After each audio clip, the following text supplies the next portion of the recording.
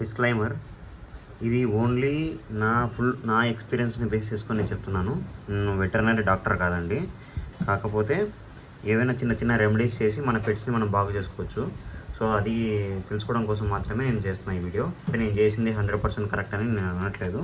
So ఇది వచ్చి గమనించండి, ఇది ఖాళీ ఇన్ఫర్మేషన్ వీడియో, అంతవరకే ఎడ్యుకేషన్ చేసే వీడియో. ఇదే కరెక్ట్ అని నేను చెప్పట్లేదు ఇక్కడ. సో ఇక్కడ వచ్చి మన హ్యామ్స్టర్ అండి, ఇది అడల్ట్ మెయిల్. దీన్ని చూసినట్లయితే నేను గమనించలేదండి, నేను మామూలుగా బ్రీడింగ్ వదిలేసి ఉంటా, మళ్ళీ 15 days తర్వాత అట్లా చూస్తుంది దీన్ని. ఇప్పుడు చూస్తే ఏమో దీనికి ఐ ఇన్ఫెక్షన్ వచ్చేసింది. సో ఇలా ఐ ఇన్ఫెక్షన్ రావడానికి కారణాలు ఏంటంటే హైజీనిక్గా ఉండకపోవడం. ఫస్ట్ థింగ్ ఏంటంటే హైజీనిక్గా ఉండకపోవడం, ఇంట్లో మస్కిటోస్ అవి తిరగడం, అట్లా ఉండడం వల్ల ఇట్లాంటి ఇన్ఫెక్షన్స్ వస్తాయన్నమాట. సో మస్కిటోస్ అవి వస్తున్నాయంటే అర్థం ఏంటంటే మన దగ్గర హైజీనిక్గా లేదని చెప్పి. సో అన్న నువ్వు అనొచ్చు, ఇప్పుడు నీ దగ్గర హైజీనిక్గా లేదా అందుకని నీ దగ్గర ఇది వచ్చేసిందని. బై ఛాన్స్ వస్తుంటాయండి, ఎందుకంటే మనది పెద్ద ఫామ్ కదా. పెద్ద ఫామ్ ఇన్ ద సెన్స్ కనీసం ఒక 30-40 పీసులు ఉన్నాయి కాబట్టి మనం అబ్జర్వ్ చేయడంలో అప్పుడప్పుడు జరుగుతుంటుంది ఇలాంటి విషయం అని. దీన్ని ఏం చేయాలనేది నేను చెప్తాను.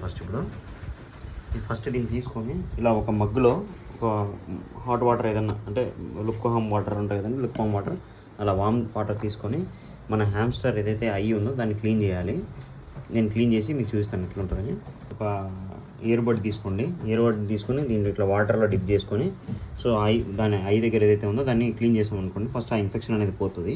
తర్వాత ట్రీట్మెంట్ స్టార్ట్ చేద్దాం దానికి ఏం చేయాలని చెప్పి. సో ఇలా క్లీన్ చేసిన తర్వాత ఇలా అయ్యంతా ఇన్ఫెక్షన్ పోయేదాకా క్లీన్ చేసుకోవాలి. దానిపైన ఏదైతే బూజిలీ అంటారు కదా, బూజు అదంతా పోయేదాకా మనం క్లీన్ చేసుకోవాలి. ఇలా క్లీన్ చేసుకున్న తర్వాత నేను ఏంటంటే 4-5 బడ్స్ని వాడానండి. ఎందుకంటే ఒక బడ్ని మళ్ళీ వాటర్లో డిప్ చేయడం వల్ల ఇన్ఫెక్షన్ వాటర్లోకి వెళ్తుంది. సో నేనంటే తిప్పి వాడాను దాన్ని, అంటే ముందర ఒకసారి వెనక్కి ఒకసారి అట్లా క్లీన్ చేయడానికి వాడాను. సో ఇదైతే ఫ్రెష్ బడ్ అనమాట. ఈ ఫ్రెష్ బడ్ తీసుకొని నేను ఇప్పుడు దీనికి ఐ డ్రాప్స్ అనేవి వేస్తాను అనమాట. చూపిస్తాను మీకు ఏది వాడుతున్నాను. సో నేనైతే ఇది కంప్లీట్గా ఇన్ఫర్మేషన్ వీడియో అండి. ఎలా అంటారు, దీన్ని ఇలాగే చేయాలి, ఇదే కరెక్ట్ అని నేను అనట్లేదు. నేను పెట్ డాక్టర్, యాక్చువల్గా వెటర్నరీ డాక్టర్ కాదండి. సో నేనైతే సిప్లాక్స్ అనేది ఐ డ్రాప్స్ని వాడుతున్నాను. నార్మల్గా మనకు జనరల్ స్టోర్లో దొరుకుతుంది, మెడికల్ స్టోర్ అందరి దగ్గర. సో దాన్ని నేను వాడుతున్నాను దీనికి. సో నేను ఒక్కనే ఉండడం వల్ల, అంటే ఒక చేత్తోనే హ్యాండిల్ చేయడం వల్ల నాకు అవ్వట్లేదు. సో నేనైతే చూపిస్తాను మ్యాక్సిమం నాకు అర్థమయ్యేలాగా అందరికీ. నేనైతే ఐ డ్రాప్స్ వేసేసానండి దీనికి.